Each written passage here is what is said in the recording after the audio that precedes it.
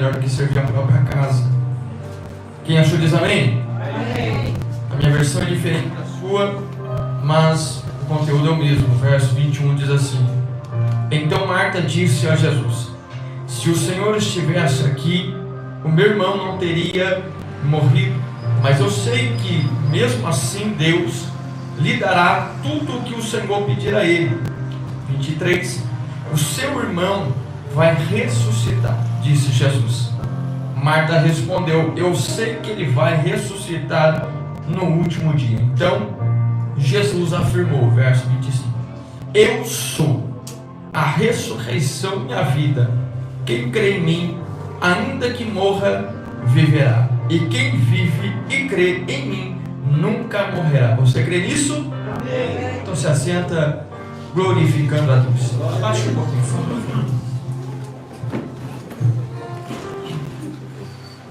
Meus irmãos, nós estamos em um culto da família, onde de fato nós entendemos que família é um projeto perfeito de Deus. Família é um projeto que nasceu no coração de Deus. Deus viu que era importante a família, porque a família ela dá sequência nas promessas, dá sequência nos propósitos, dá sequência naquilo que Deus designou o homem. Nós sabemos que Deus criou o homem, o primeiro ser humano da terra, por nome de Adão. Logo em seguida Deus deu uma auxiliadora a ele, porque Deus sabia que não era bom que o homem vivesse só.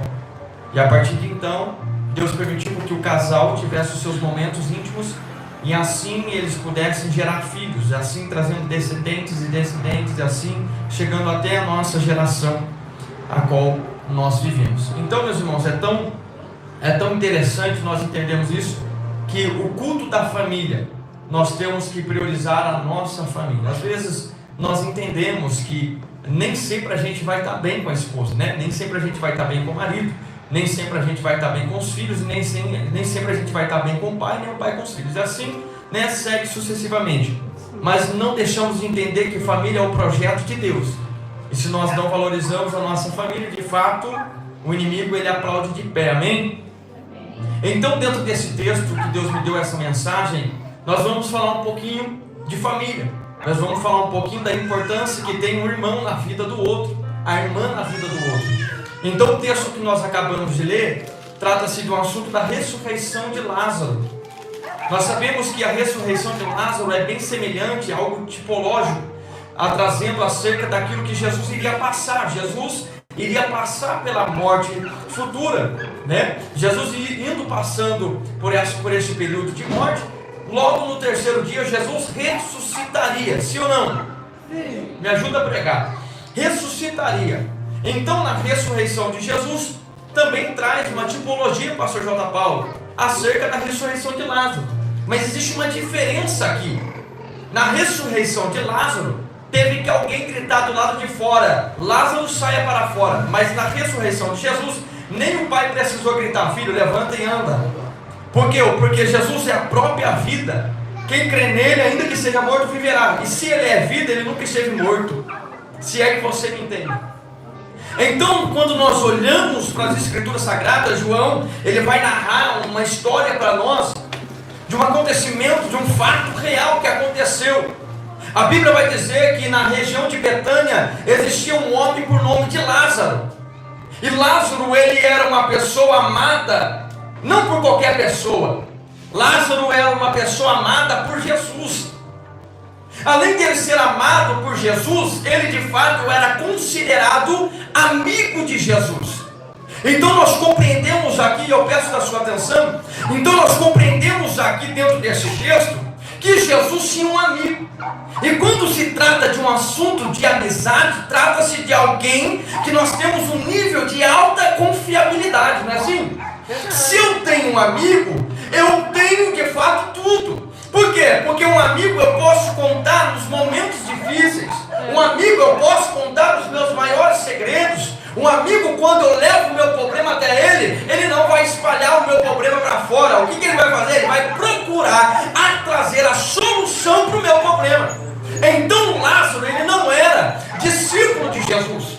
Lázaro não como apóstolo de Cristo. Lázaro não foi conhecido como diácono, como evangelista, como presbítero, como missionário. Mas Lázaro teve algo muito mais importante do que qualquer cargo eclesiástico. Ele teve intimidade com Jesus. Então, mais do que ser discípulo, é ser amigo de Jesus. Mais do que ser presbítero, é ser amigo de Jesus. Mais do que ser missionário, é ser amigo de Jesus. Mais do que ser apóstolo, bispo, e aí tu vai trazendo o seu conhecimento agora e vai dizendo, melhor do que qualquer coisa é ser amigo de Jesus. Por quê? Porque quando eu sou amigo de Jesus, eu posso contar com Ele num problema. Eu posso contar com Ele quando a enfermidade me assola. Eu posso contar com Ele quando a porta se fecha. Eu posso contar com Ele quando todo mundo me abandona. Eu posso contar com Jesus. Por quê? Porque Jesus para mim, Ele é o meu amigo fiel. Jesus mesmo diz na sua palavra, Ele não mente quando Ele narra as suas falas. Ele diz o quê? Aquele que literalmente serve o seu Senhor é servo, mas não vos chamo mais de servos. A partir de hoje eu chamo vós de amigo. Então melhor do que servo é ser amigo de Jesus. Porque automaticamente quando eu sou amigo, se Ele pede alguma coisa para mim, eu sei como servi-lo. Quando Ele pede algo para mim, eu vou servir com alegria, pastor J. Paulo. Então Lázaro, sendo ele irmão de Marta e Maria, quando nós falamos de Maria, nós falamos daquela mulher que de fato lavou os pés de Jesus com óleo precioso e secou os pés de Jesus com o fio dos seus cabelos, símbolo de reverência, símbolo de adaptação, aleluia, adaptação da presença de Jesus. Ela honrou Jesus da maneira melhor que ela podia honrar.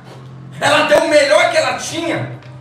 Até então que as pessoas que estavam ao redor, esses intitulados como discípulos, diziam, é óleo precioso, que tem muito valor nisso. O valor em si não é tão importante quanto o valor que ela entregou do lado de dentro para fora. Eu posso entregar uma coisa que tem grande valor para a congregação. Eu posso entregar para a obra do Senhor coisas que têm muito valor. Mas se não tiver um coração, pouco vale. Mais do que o óleo que ela derramou nos pés de Jesus, foi a humildade dela de querer honrá-lo. Então quando eu decido honrar Jesus, pouco importa quem está do meu lado.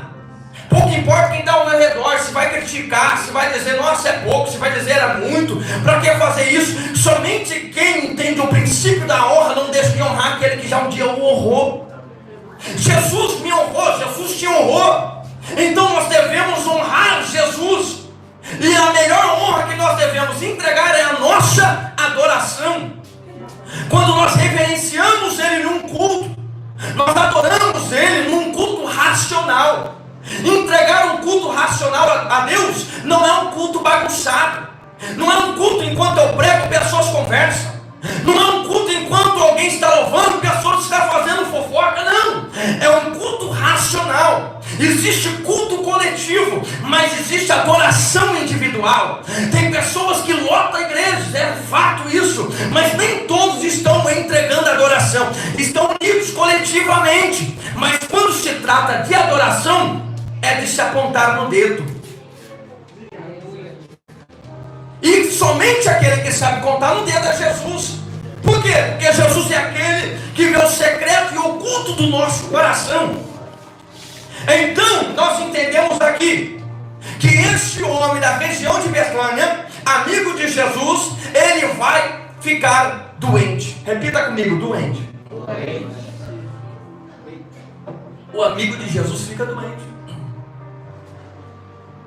Mas o que nos traz paz e refrigério é de saber que se eu estou doente, existe um amigo que pode me curar. Se eu estou enfermo, existe um amigo que pode me curar.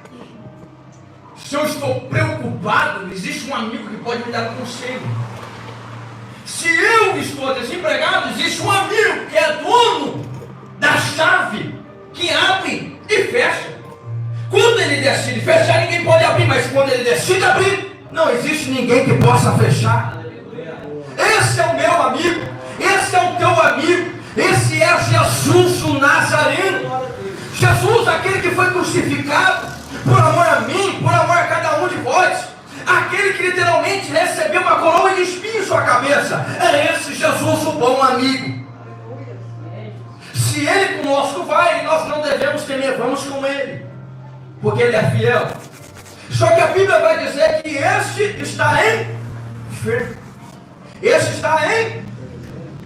Prega comigo, me ajuda a pregar como se fosse um pregador de fora. Vamos lá. Ele está em... Glória a Deus. Ele está enfermo. Só que Lázaro enfermo é uma coisa, Lázaro morto é outra. Existem pessoas que estão enfermas, mas existem outras que estão mortas. Existem pessoas que estão enfermas espirituais. Existem outras que já morreram espiritualmente. Mas ainda existe o bom amigo, Jesus o Salvador. Por mais difícil, por mais crítica que seja a tua enfermidade, se tu é amigo de Jesus, tem solução para o teu problema. O problema é estar longe dele. O problema é não ser amigo de Jesus. O problema é não ter comunhão com Jesus. O problema é não ter intimidade com Jesus. Quando nós temos tudo isso, nós temos o socorro bem presente na hora da angústia. Então a Bíblia diz que Marta e Maria vai levantar agora o mensageiro para poder entregar a mensagem para Jesus, porque Jesus não estava perto. Mas Jesus, sendo 100% Deus, 100% homem, ele sabia qual era a necessidade de Lázaro. Ele sabia o que Lázaro precisava. Antes que a carta chegasse para Maria, Jesus já sabia que Lázaro estava enfermo. A Bíblia não narra, mas nós somos espirituais e somos bem entendedores para entender isso aqui. Então agora, Maria e Marta mandam a carta. O mensageiro vai em direção a Jesus. E o texto diz que o mensageiro vai dizer assim: olha, aquele a quem tu chamas de amigo, aquele a quem tu ama, está enfermo. Aquele a quem tu amas está prestes a morrer. E quem mandou a carta aqui foi Marta e Maria, aquelas também a quem o Senhor ama. E eles estão precisando de ti nesse exato momento. É interessante que quando Jesus recebe essa notícia, Jesus diz assim: o resultado dessa doença não é para a morte, mas era para que o meu Pai seja glorificado. Jesus olha para os discípulos e fala para o mensageiro: essa doença não é para a morte, é para que o meu Pai seja glorificado nessa situação de Lázaro. Então nós entendemos aqui, eu aplico para a sua vida. Pega se você estiver num momento difícil. E se não tivesse, pegar também, quando passar por um momento difícil, vai saber que Deus está contigo. Quando Jesus diz: esta doença não é para dar fim à morte, é para que o meu Pai venha a ser glorificado. Eu não sei o que você está enfrentando. Eu não sei o que nós vamos enfrentar a partir de amanhã, a partir de segunda-feira. Não sabemos qual é o leão que vai se levantar contra a nossa vida amanhã. Mas eu digo dentro da palavra, fiel à palavra, que levante o que quiser levantar. Nada vai ser um final de morte para mim. Nada vai ser um final de morte para você. Se você crê assim. Mas nessa situação difícil, Deus vai ser glorificado no alto céu, na situação caótica, a qual ainda nós haveremos de enfrentar. Porque a Bíblia diz que existe tempo para tudo, tempo de se alegrar e tempo de chorar. E eu não sei qual é o tempo de choro que vai chegar para a minha vida. Por enquanto eu estou vivendo um tempo de alegria. Eu não sei qual é o tempo de choro que vai chegar para a tua vida. Talvez alguns já estejam passando por esse momento de choro. Eu não sei. Eu não tenho espírito de adivinhação, graças a Deus. Porque senão eu não estaria aqui no altar pregando a palavra da vida.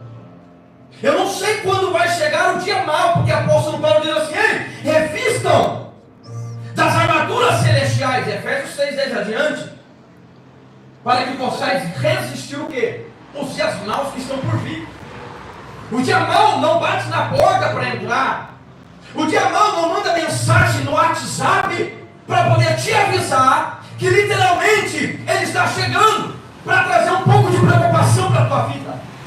O dia mau não avisa, mas quem está revestido na palavra, ele já sabe se comportar no dia mau.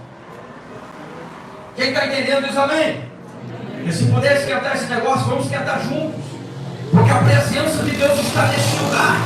E se você entrou fraco, vai sair forte. Se você entrou morto espiritualmente, vai sair daqui tendo vida.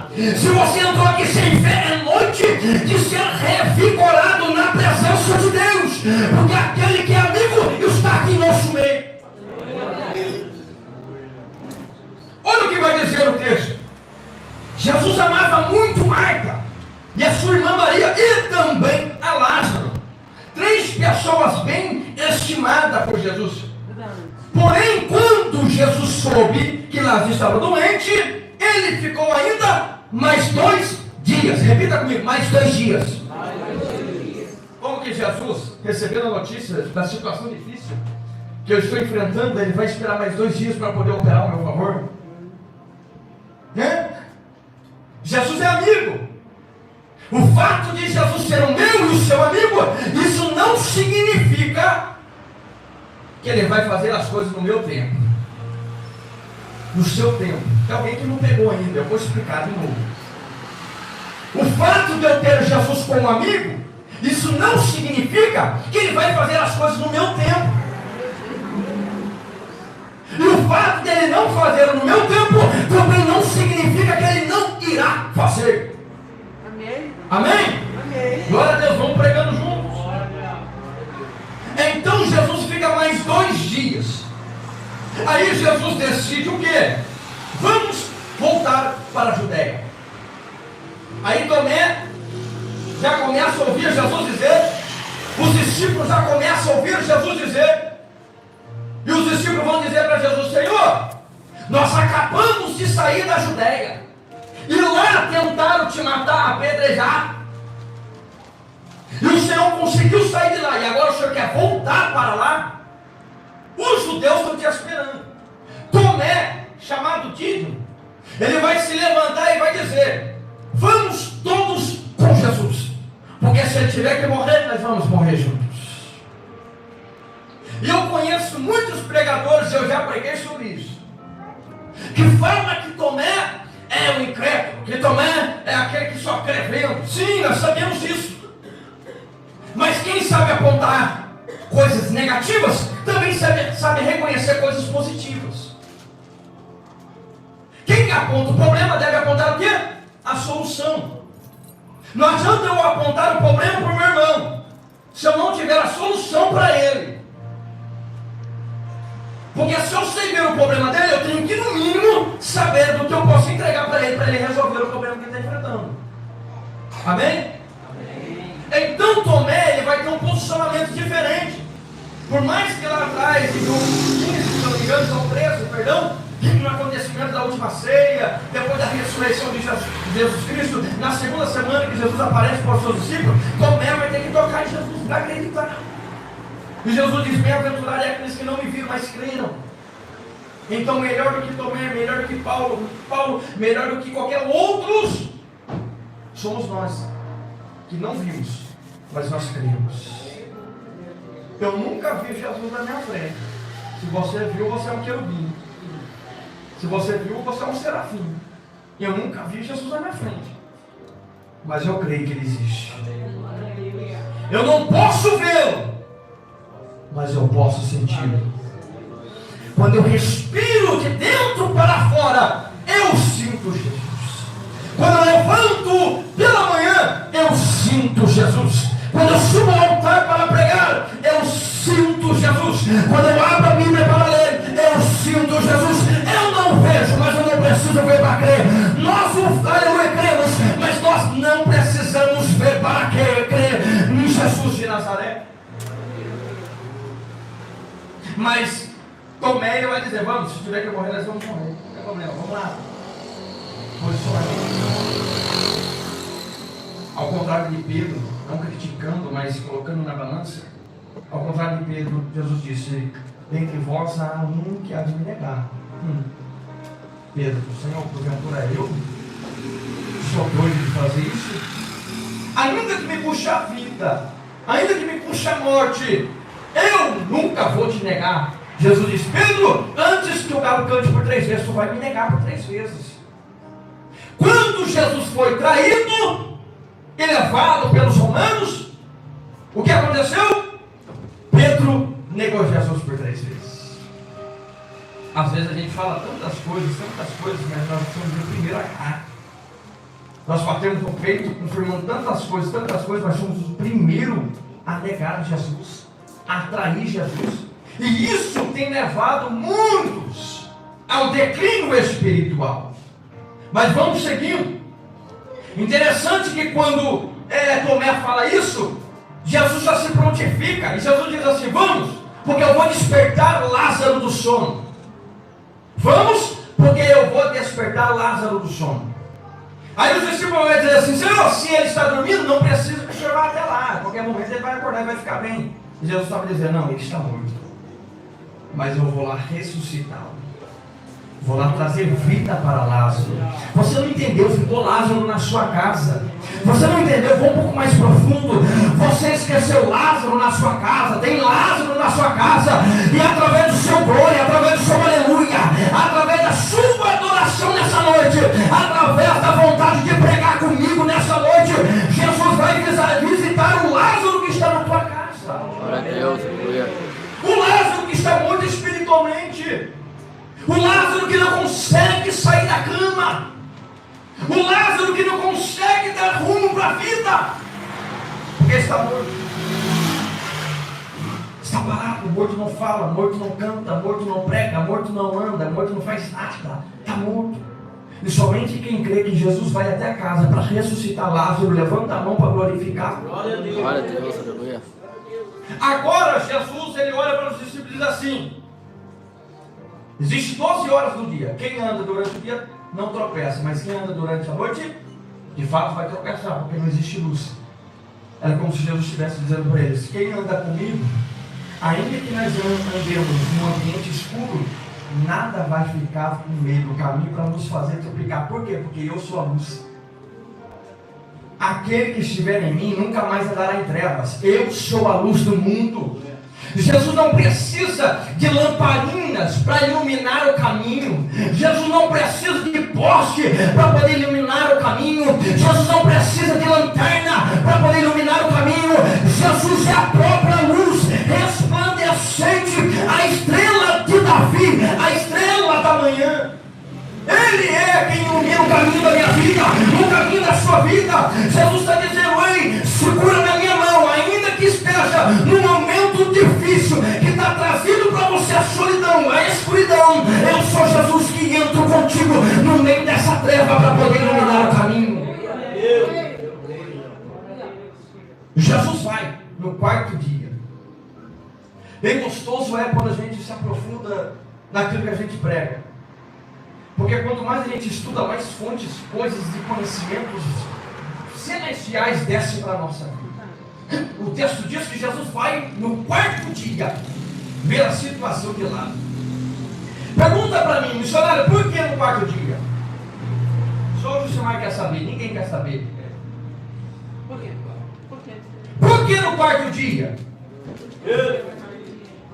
Ninguém quer saber não, vamos lá, pode ser mais forte. Por que no 4º dia? Por que no 4º dia? Melhorou, glória a Deus. Sabe por que no 4º dia, pastor J. Paulo? Porque o número 4 na numerologia bíblica fala da oportunidade. E quando Jesus chega no 4º dia, Jesus está chegando no tempo certo, tendo a oportunidade, aproveitando a oportunidade de trazer uma oportunidade de vida para Lázaro novamente. Jesus talvez não chegou no 1º nem no 2º dia da situação caótica que você já enfrentou ou vem vivenciando, nem no 3º, mas eu digo para você, está chegando o 4º dia e ele vem em sua direção. Está chegando o 4º dia e é o tempo da oportunidade de Jesus, aleluia, trazer um milagre para você. Somente quem aproveita nessa noite, levanta a tua mão e glorifica o Senhor Jesus, porque vem oportunidade de vida para o teu filho, vem oportunidade de vida para a tua mãe, para o teu pai, para os seus irmãos, para a tua parentela, vem oportunidade de vida. Alai, a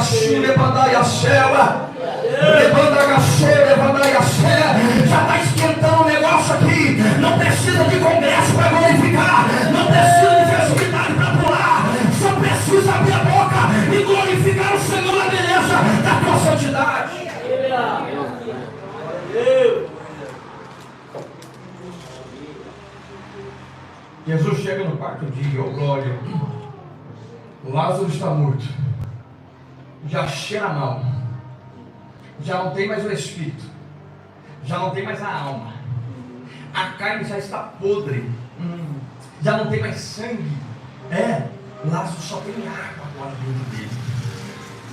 Mas eu me lembro que a água é a água da vida.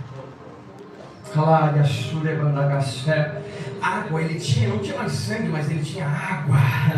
E a Bíblia diz em João 4 que aquele que bebe desta fonte nunca mais terá sede, porque jorra para toda a vida eterna. Aleluia. Lázaro não tinha mais sangue, mas tinha água. Ele tinha experimentado da água. Ele tinha bebido da fonte. E ele tinha crido que ainda que estivesse morto, ele passaria a viver. Chegou Jesus no quarto dia, Marta chega correndo e começa a dizer: Senhor, se tu tivesse chegado no primeiro dia, no segundo dia, no terceiro dia, meu irmão não estaria desse jeito. Mas ele já está morto e já cheira mal. Aí Jesus olha para ela assim: o teu irmão há de ressuscitar, Marta. E Marta lembra das pregações de Jesus quando ele visitava a sua casa, e ela diz assim para Jesus: eu sei que ele há de ressuscitar naquele grande dia. Aí Jesus, no verso de número 25, ele diz o quê? Eu sou a ressurreição e a vida. Aleluia. Aquele que crê em mim, ainda que esteja morto, viverá. Era Jesus dizendo para Marta: Marta, eu não preciso esperar o fim do mundo, eu não preciso esperar o arrebatamento da igreja para ele ser ressuscitado com o corpo glorificado. Eu sou a ressurreição e a vida. Quem crê em mim, ainda que esteja morto, viverá. Tire essa pedra, porque tu vai ver um milagre. Aleluia. Quando ele diz no 25, eu sou, traz uma ligação do Antigo Testamento em Êxodo 3,14, quando o próprio Deus, Yahvé, ele diz para Moisés: Moisés, eu sou, vai contigo. O eu sou, quem te manda, quem te direciona, quem te dá força, quem te dá ousadia, quem te dá capacitação, quem te dá poder. O eu sou é aquele, o mesmo que falou para Marta: eu sou a ressurreição. Fora dele não existe vida. Aleluia. Fora dele não tem fôlego. Fora dele não tem alegria do Senhor. Fora dele não tem restauração. Fora dele não tem paz. Fora dele não tem libertação. Fora dele não tem transformação, não tem renovação, não tem nada. Tudo sem graça fora dele. Mas quando ele diz para ela que ele é a ressurreição, ela diz: eu creio que ele vai ressuscitar no grande dia. Marta tinha conhecimento teológico. Marta tinha conhecimento da palavra. Por mais que muitos pregadores, segura a criança lá, por mais que Marta fosse aquela considerada inquieta em todos os momentos que Jesus visitava a sua casa, ela ouvia. Por mais que você esteja inquieto, trabalhando, fazendo alguma coisa, você está ouvindo alguém falar de Jesus. Por mais que alguém esteja disperso nesse exato momento, está ouvindo a palavra sendo pregada nessa noite. Então, assim, ao mesmo tempo que Marta é considerada inquieta porque Maria recebeu a boa parte, porque ele decidiu se assentar no pé de Jesus para ouvir, Marta também ouviu. Porque se ela não tivesse ouvido e guardado, ela não teria dito para Jesus: eu sei que ele vai ressuscitar, porque o Senhor já pregou dentro da minha casa que aquele que esteja morto, ainda que esteja morto, se crê em ti, Senhor, vai viver novamente. Mas isso é naquele grande dia. Jesus, nesse exato momento, lança essa palavra, agora manda chamar Maria. Manda chamar quem? Maria. Manda chamar quem? Maria. Manda chamar Maria. Cadê tua irmã? A minha irmã está chorando lá em casa. E naquela época existiam pessoas, meus irmãos, que vivenciavam, né, o luto da pessoa imutável, da pessoa que tinha perdido seu ente querido. E eram judeus que estavam dentro da casa dela, consolando ela. E quando a gente procura pela tradição judaica acerca do luto, é muito burocrático. É tudo detalhado. Eles ficam 7 dias andando descalço. 7 não, 30 dias andando descalço. Eles tinham que vestir roupa branca. Eles tinham que, de fato, deixar de cozinhar. Eles tinham que deixar de cozinhar. Os vizinhos, aqueles que se compadeciam com o luto daquela família, cozinhava para eles, enviava comida para eles. Além disso, eles ficavam 7 dias sem tomar banho, para sofrer o luto. Não fazia barba, não fazia nada, para sofrer o luto. Então eles tinham que viver todo o luto que tinha que viver. Hoje é diferente, é pessoa que quando o ente querido morre, segura, o coração trava, não vou chorar. Não, tem que mostrar ser forte. Passa 2 meses na morte daquele ente querido, não para de chorar nos cantos. Por quê? Porque tem que viver o luto na hora. Tem que chorar na hora. Põe para fora as lágrimas.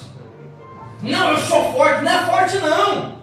Forte não é aquele que aguenta sem chorar. Forte é aquele que chora, mas chora nos pés de Jesus. Então tinha esse costume entre os judeus. Mas quando Jesus manda chamar Maria, Maria vem. E Maria vem correndo. Ela olha para Jesus e diz assim: Senhor, a mesma fala de Marta, se tu tivesse chegado aqui, ele não estaria desse jeito. E aí o texto diz que Jesus chorou. Eu vou repetir isso aqui. Aí o texto diz, verso 35, Jesus chorou. Nós temos que ter uma ciência disso. Nós temos que andar com 2 coisas. Nós aprendemos com Marta e aprendemos com Maria. E o que eu aprendo com Maria, eu não posso deixar de aprender com Marta. O que eu aprendi com Marta, eu não posso deixar de aprender com Maria. Marta tinha o conhecimento da palavra teológica. Ela tinha o conhecimento das Escrituras Sagradas. Mas Maria tinha a sensibilidade e sabia como tocar o coração do mestre. Não adianta eu ter conhecimento teológico. Não adianta eu ter uma boa oratória. Não adianta eu ter uma boa exegese. Não adianta eu ter uma boa hermenêutica. Não adianta eu ser o cara na pregação. Não adianta eu ser o cara no louvor. Não adianta eu ser o cara nos instrumentos. Mas se eu não souber tocar o coração de Jesus assim como Maria toca, nada vale. Diga comigo, eu aprendo com Marta. Mais forte, eu aprendo com Marta. E eu aprendo também com Maria. Conhecimento teológico e sensibilidade do Espírito. Né? Não é só letra, mas ter o coração amoroso. Difícil, irmão, amar o próximo. Tem hora que dá vontade de bater a mão para o orelho próximo aí, que é só Jesus na cara. Dá vontade de deixar careca. Estou vendo que você está calvo já, vou arrancar de uma vez para você não se preocupar com o futuro, não. Não dá vontade, tá? Não dá vontade, irmão? Mas Jesus disse que a paz com todos é a santificação, sem a qual não veremos a Deus. E eu tenho que amar aquele que me perturba.